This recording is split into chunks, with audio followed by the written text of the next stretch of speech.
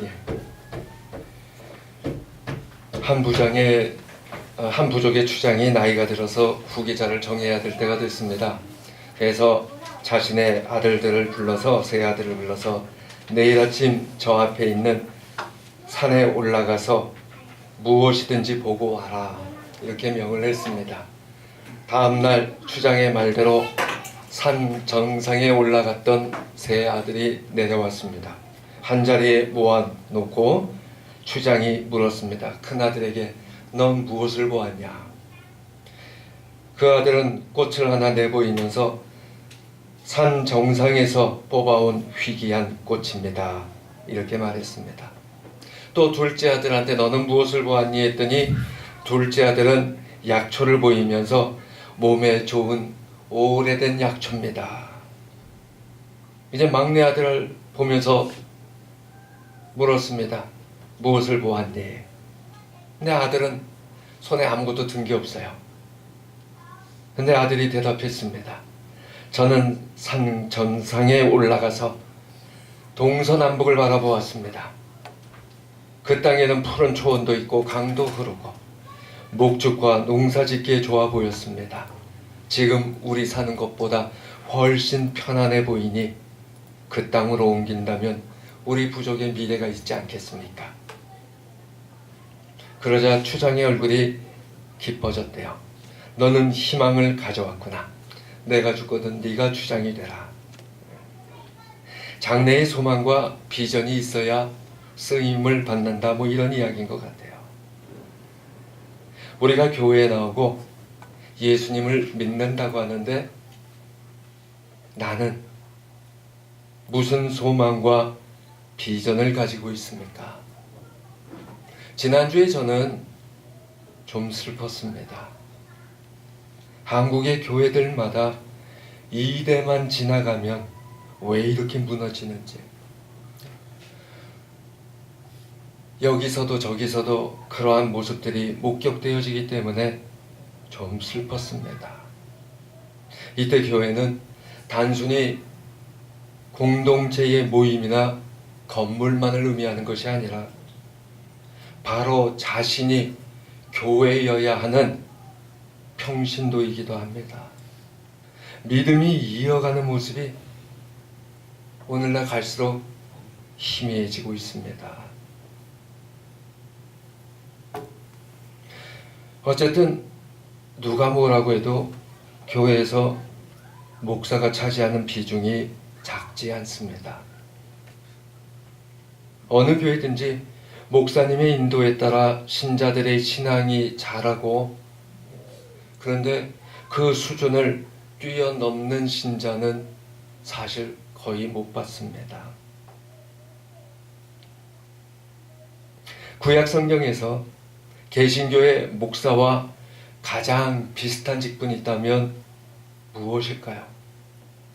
구약 성경에 여러 부류가 나옵니다. 왕도 나오고 제사장도 나오고 재판관, 레위인, 지혜자, 다양한 지도자들이 나오고 있습니다. 그 가운데 개신교의 목사와 가장 유사한 직분이 있다면 제사장이 아닙니다. 예언자입니다. 예언자는 왕이나 제사장처럼 세습되지 않습니다. 예언자는 지파나 부모의 직분에 관계없이 누구라도 될 수 있습니다. 자격이 있다면 오직 하나, 그 기준은 하나님의 영이 그 안에 있느냐라는 거예요.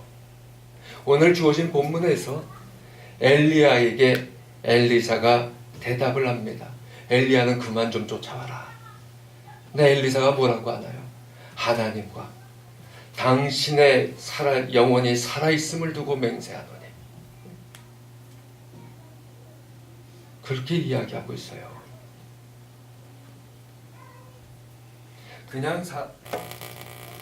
많은 사람들이 그렇게 얘기를 해요.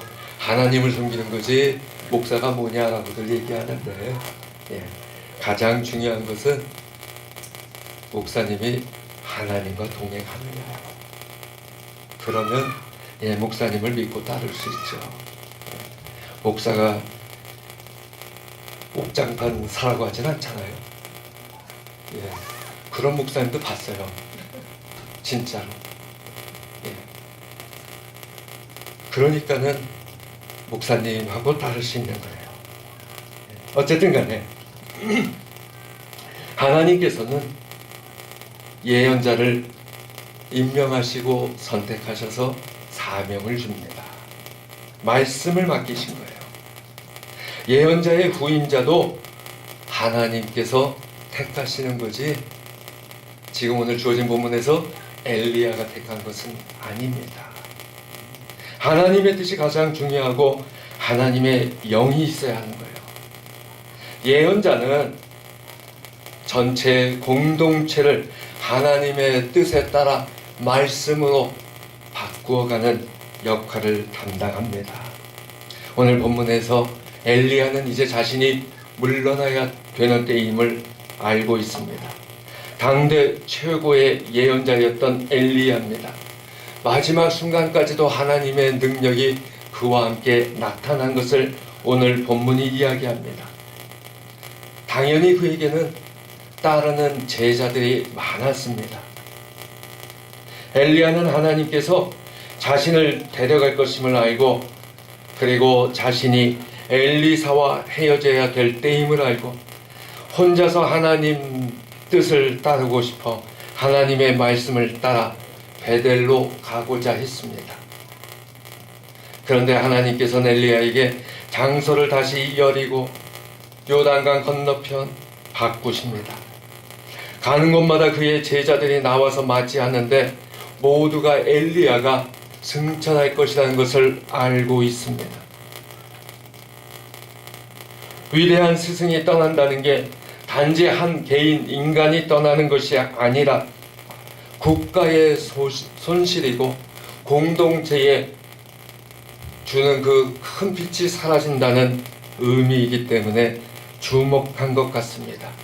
엘리야의 역할을 이스라엘의 병고와 그의 마병이라고 12절에서 표현할 만큼 엄청난 영향력을 가졌다는 거예요.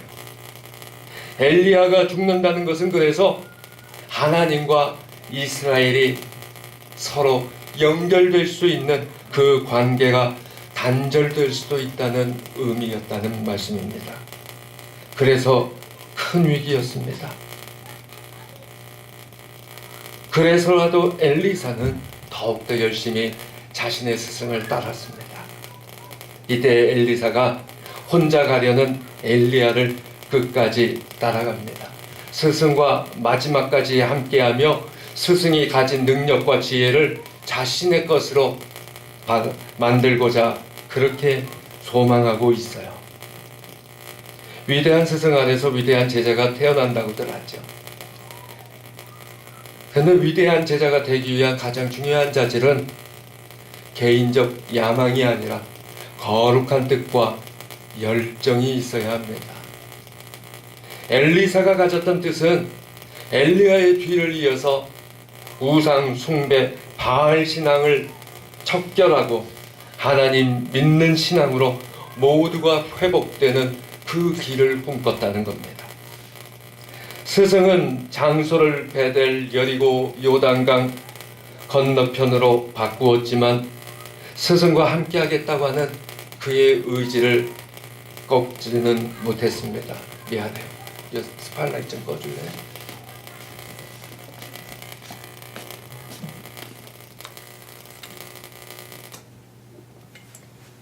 오, 키 크네.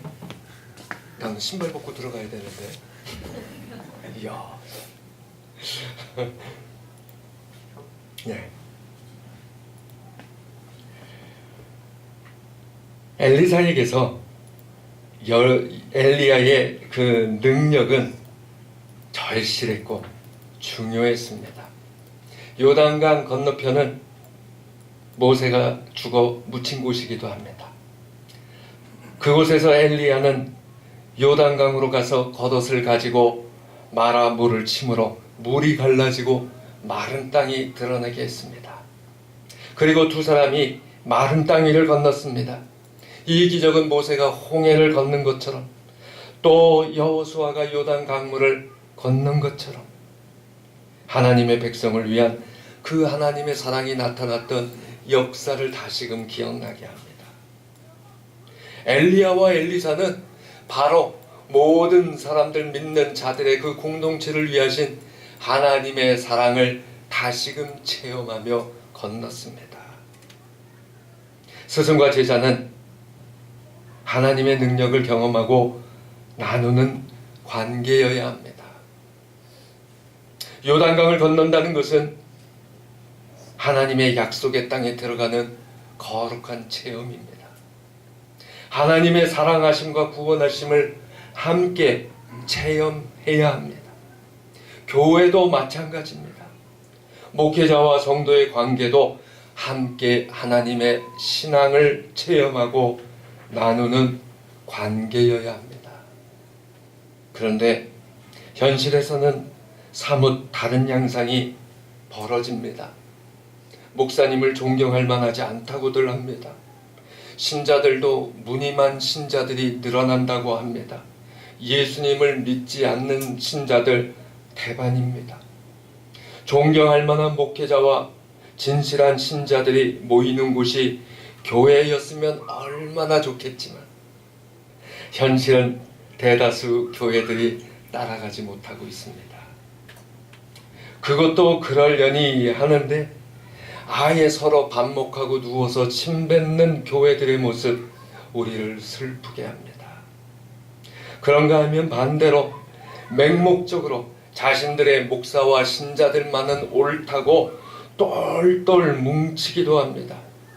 결속력이 참 대단한 집단이에요. 물론 극히 일부입니다. 교회에서는. 그러면 일반적인 교회들은 어떤가요? 그냥 적당히 거리 두고 자기 자리만 지키면 된다고 여깁니다. 그러다 보니까 하나님의 역사는 멀어져 가고 있습니다. 성경을 보면 모든 지도자들이 완벽하지는 않습니다. 엘리야는 좀 그런 것 같은데 아니요. 거의 모든 지도자들이 추한 모습도 참 많았습니다. 그러나 그런 지도자를 자신의 지도자로 인정하고 따르는 자들에게 하나님의 역사가 같이 있습니다. 예를 들어볼까요? 노아의 아들들이 그랬어요. 집에서 부모가 하나님 신앙을 잘 가지고 있어야 아이도 그 신앙을 따라올 가능성이 있어요. 그 가운데서도 그래 우리 부모님은 하나님 잘 믿는 분이야 하는 아들이 하는 딸이 하나님의 은혜를 받아요. 또 반대로 다윗을 보고 비웃었던 부인은 슬픈 말년을 보냈습니다. 주중에 한번 그런 말씀드린 적이 있는데 조롱, 비판, 이혼의 지름길이라고 그랬죠. 제 얘기가 아니고 심리학에서 하는 이야기예요. 떠나야 돼요. 안 떠나니까 집이 바뀌질 않아요. 교회 나와도 거기서 거기에요. 이게 오늘날 한국 교회와 신자들의 모습이라는 겁니다. 그러면 무조건 따르는 게 하나님 뜻일까요? 아닙니다. 개인의 부족한 모습이 아니라 모두가 죄짓자고 하는 방향으로 가는 그런 사람과 교회는 피해야 되죠. 오히려 기도하고 돌이키라고 중보해 줘야 되는 거죠. 그러나 서로가 부족한 것은 있을지라도 하나님을 만나게 하고 소망과 비전을 함께 가질 수 있는 사람들과 나누는 곳이 교회여야 합니다. 그러면 먼저 나는 그런 하나님을 따르고 전하는 역할에 충실한 사람인가 돌아보셔야 돼요. 내 가정에서 내 삶의 터전에서 하나님을 전하는 사람이 되고 있는지 자기를 돌아보셔야 합니다. 그리고 그러한 하나님의 역사와 구원하심을 사모하고 따르는 사람이 나인지 돌아보셔야 돼요. 엘리야에게는 참 많은 제자들이 있었어요. 어쩌면 오늘식으로 표현하면 각 지방마다 신학교가 다 있었단 말이에요. 엘리야가 곧 하나님의 부르심을 받고 떠날 것 모든 사람들이 다 알았어요. 그런데 그들 모두가 엘리야를 끝까지 곁을 지키며 따른 자들이 아닙니다. 오직 엘리사만이 그렇게 했어요.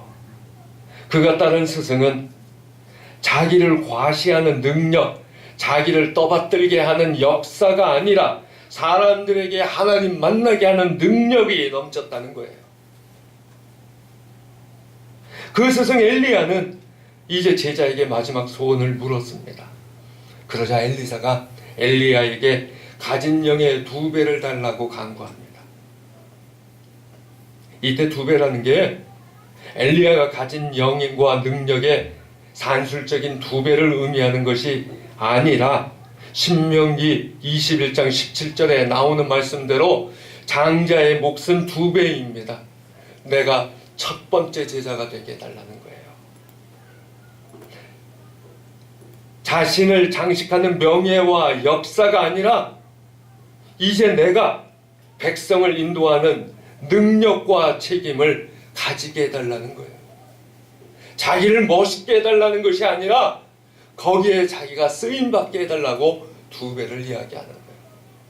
못난 분들이 산술적으로 엘리야의 기록보다 엘리사의 기록이 딱 2배가 나오거든요.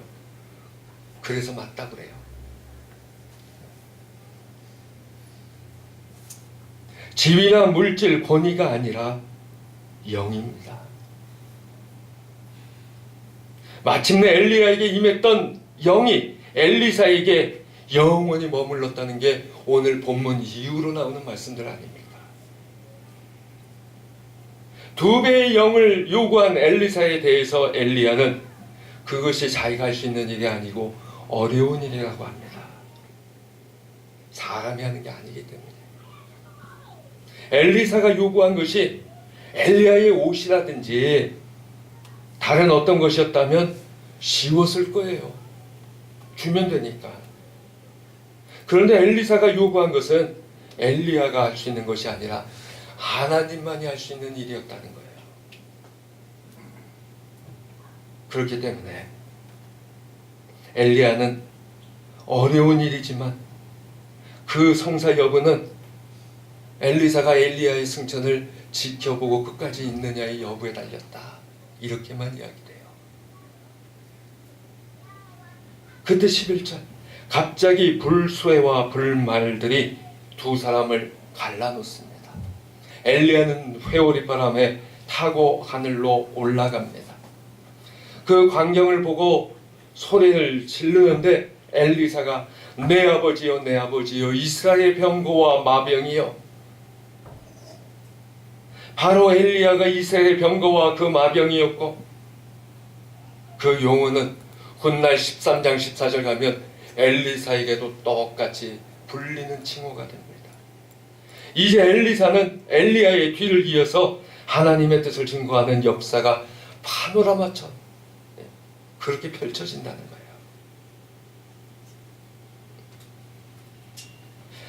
저는 큰 사람도 아니고요. 그런 사람 되는 걸 원치도 않습니다. 그런 기대와 요구를 하는 사람이 있으면은 정치기 제가 조금씩 피해요. 그런데 누구보다도 하나님 앞에서는 자신 있는 사람이고 또 누구보다도 사람들 앞에서는 부족한 사람입니다. 제가 평생을 살아오면서 기억만 나면 너무 가슴 아픈 죄들이 저한테 몇 개가 아니죠. 참 많아요. 십자가 보혈의 공로가 아니면 정말 이 자리에 설 수 없어요. 교회도 그렇습니다. 어느 교회든지요. 우리 교회가 아무리 좋아도요.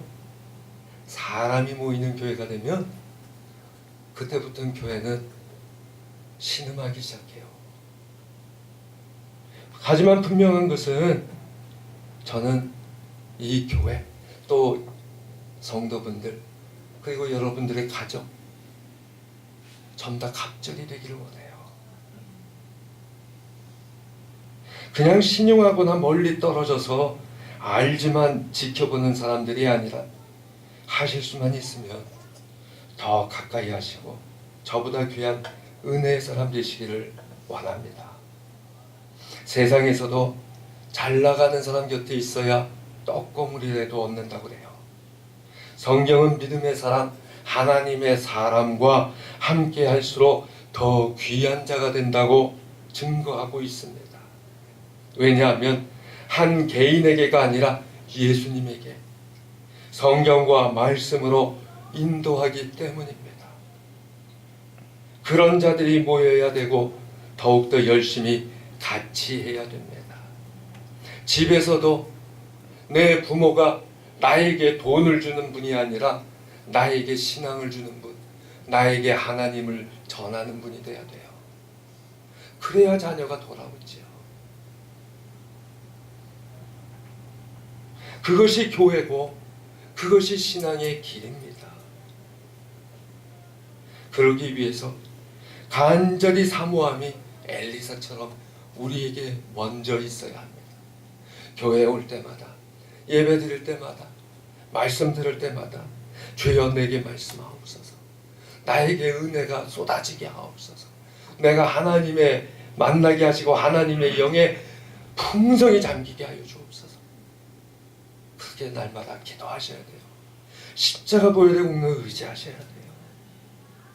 그때 엘리야처럼 또 엘리사처럼 우리에게 임하시는 하나님의 은혜가 크실 줄 믿습니다. 기도합니다.